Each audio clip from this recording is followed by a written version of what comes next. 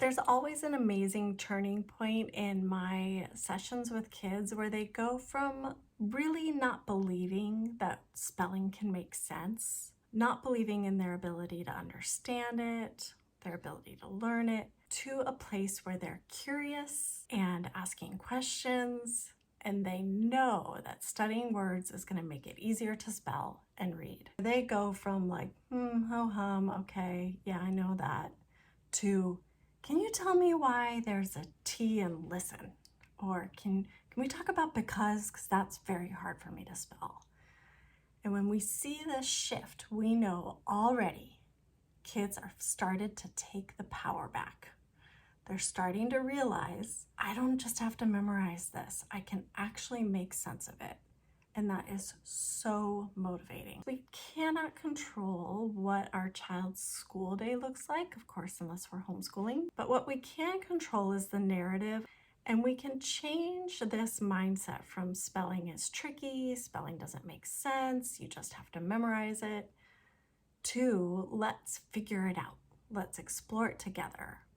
And this is where you're gonna see kids light up. This is where you're gonna see kids motivated.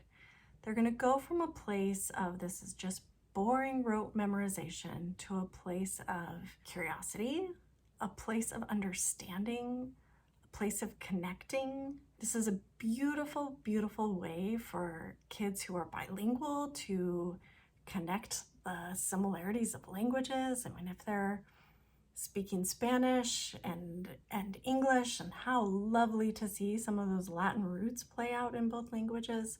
There's so much richness and depth in studying the spelling system that kids might be missing out on at school. And so tackling just even a little bit of this at home can go a really long way in fostering that interest.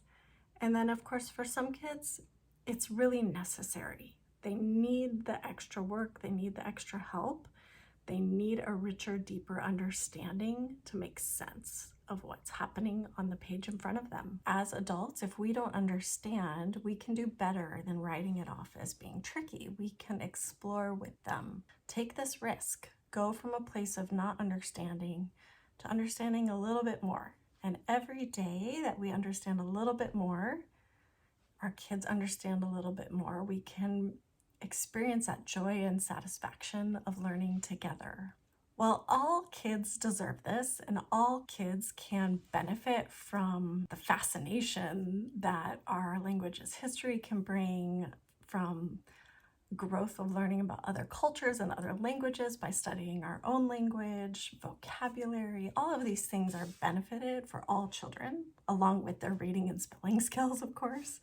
There's a big group of children that really desperately need this. So these kids include kids that are getting poor instruction at school and kids with learning disabilities, anything in their processing that makes learning to read and spell more difficult, or learning language more difficult, because there's also a large group of kids that have challenges with both oral and written language.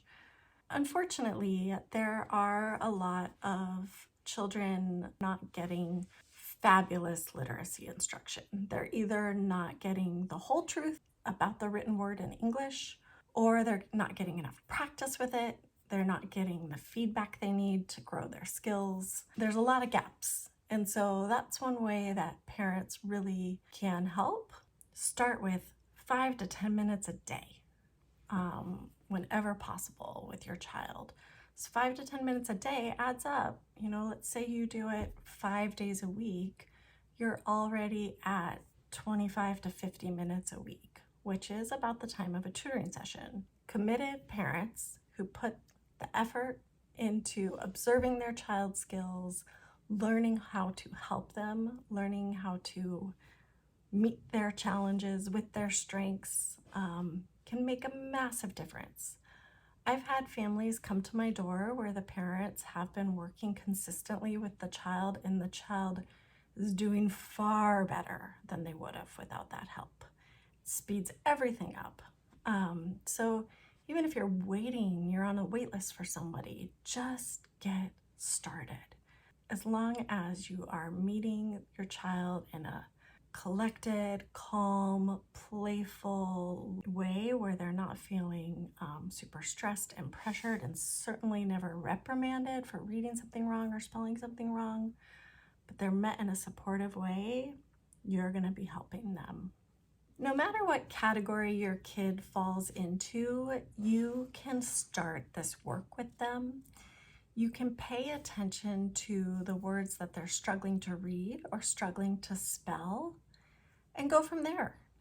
Some kids will have ideas right away about what they want to study, and others will need you to get the ball rolling for them. So for kids who are really already quite strong with their spelling skills, they might be just absolutely delighted to find out things like why the G is in sign. Very few of them have received really any morphology training. In my experience, that's still quite rare.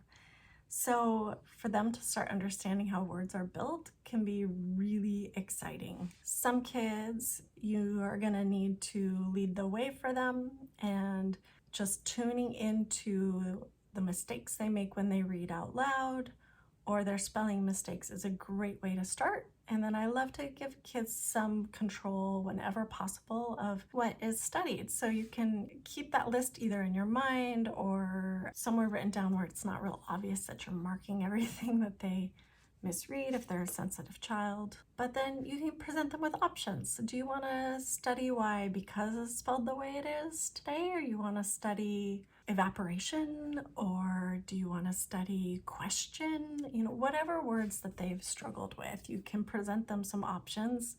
Start with the one that intrigues them the most. For some parents, this is going to make you feel really uncomfortable. It's pushing you out of your comfort zone because you don't have the training in this. And that's so good, right? That lets you know what your kid is feeling to a degree. Let that discomfort give you some compassion and sensitivity to what your child is experiencing. Let them know you don't fully understand it either, that you're here to explore it with them too. Don't hesitate to reach out to me with my Facebook group, Helping Kids Read, Write, and Spell.